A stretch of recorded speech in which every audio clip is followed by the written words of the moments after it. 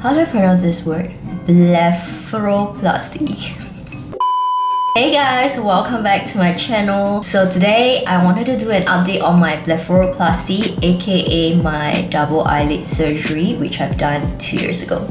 I wanted to do this video because I realized that when I was doing my research, I very much only saw images of the results right after the surgery, but we all know that the results does change a little bit because it takes a year to two to fully recover. So I also noticed in my personal journey that my eyelids were looking very different, especially in the first year. And now that we have entered year 2, I believe this is the final result with makeup. And here's a clip of how it looks like without makeup. If you scroll down, you will see about 2 videos of me telling you which clinic I've been to and also why I decided on the clinic and the doctor, the cost, etc.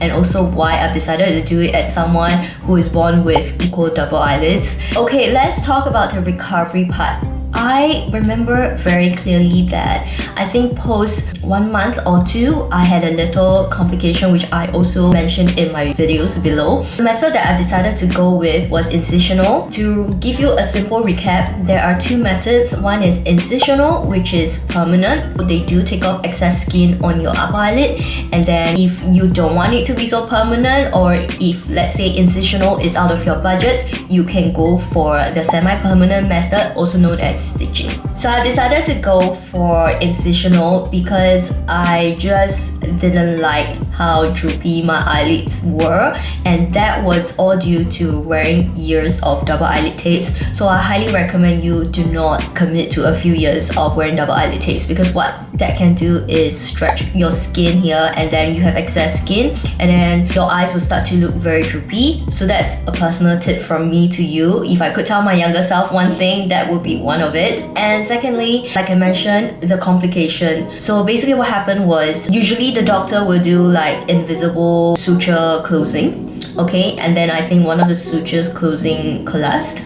or just came loose. So it was a new fold and then an old fold at the end of my eye. So my eyes was looking weird. It was like collapsing. But obviously, because I have chosen a local clinic and because they are reputable, and the good thing in using a local doctor is that whenever you have such situations, you know where to look for them and you can get it rectified almost immediately. So the doctor was very accountable, and what he did was to give me a 5-minute procedure very quickly without sedation, so just local anesthesia. I don't think it really hurt. You might feel a little bit for the LA jabs, but I think it's because I rejected the numbing drops because I refused to remove my contact lens and then like wait for a while. Like I just wanted in and out, and I have pretty high threshold. So I took the LA injections without any numbing drops. I honestly think that it was very bearable, okay? But if it's not bearable, I just wanted to let you know that an option of numbing drops is available. So yeah, it was a very quick procedure. He quickly fixed the suture, and then like my eyes was like equal again. So basically I went for a parallel incisional pattern. So you can see that my fold kind of like float above my upper eyelid, okay? And I noticed that in the first year of my recovery, my appearance was basically changing from month to month. To recover fully from the surgery, it took a month. For a month, you can't wear face makeup, you can't wear eye makeup, you can't wear contact lenses, and then after that, basically your sutures are out and you can do all those things again. For the pain level and everything in recovery in details, you can find them in the videos down below. I don't want to repeat the same point in this video because I want to focus on recovery. I still remember one of the weirdest things that I experienced was because he created a new fold, and when he created a new fold, the stitching that he does for the new fold is actually above the actual fold itself. So you have a little bit of like a scarring, like skin darkening pigmentation kind of thing that you can see above your fold. So it looks like it wasn't very obvious until you are this close to me, but it made me wonder for a bit like, hey, is my fold supposed to fold at the hyperpigmentation part, the part where it's a bit dark? Why is it folding beneath the intended fold? I thought that that hyperpigmentation mark was the intended fold, but it's not. It was sitting correctly just below the fold because that was just scarrings, which you will apply scar ointment on it for a while and then it will subsequently disappear. It's actually like non-existent now. You can't really see when I shut my eyes.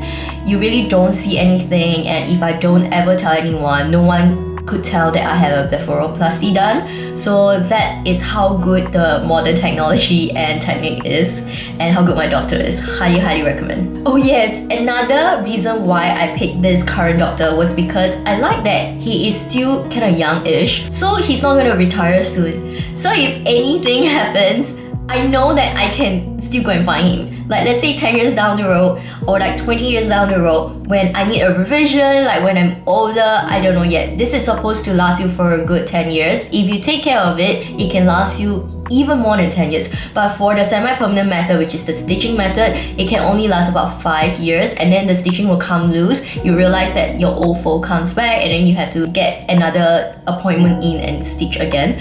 So this is why I opted for a permanent one, because I'm pretty sure that I wanted this done. So yeah, it really comforts me knowing that I can return to Dr. Ho anytime. He's always there and I love his work. I really love his work, which is why 2 years after the surgery, I'm still very thankful that I found myself a good surgeon and that he has done such a good job for me. I'm very happy with it. Honestly, I think if you watch in our videos of like plastic surgeries, plastic surgeons themselves highly recommend blepharoplasty tops the list because it really can give you a much more youthful looking eyes and appearance as a result. And it's very safe and it's a very minimum downtime. Honestly, you are basically back to normal within like month 1. But the thing is, the result then at month 1 is not final. Okay, you will only continue to look better and better. I think the full recovery is at the end of 1 year. Personally, that's for my case. So yeah, just wanted to quickly do a check-in for my blepharoplasty done at Blepharoplasty Surgery, 2 years post-surgery. A lot of surgery in that sentence. Okay, I really hope that this helps. I'm just here to say that, you know, this is a great clinic to consider. I think the pricing is great as well. Great doctors, great nurses as well. I felt very well taken care of, and the consultation went very well as well. Okay, so if you're ever considering a blepharoplasty, I highly recommend this place in Singapore. I really hope that this video helped. If you have any other questions, you can leave it in the comments down below, no problem. Okay, so yeah, I hope that you enjoyed this video. There's a giveaway as usual. Mechanics in the description box down below. I'll see you in my next video. Bye!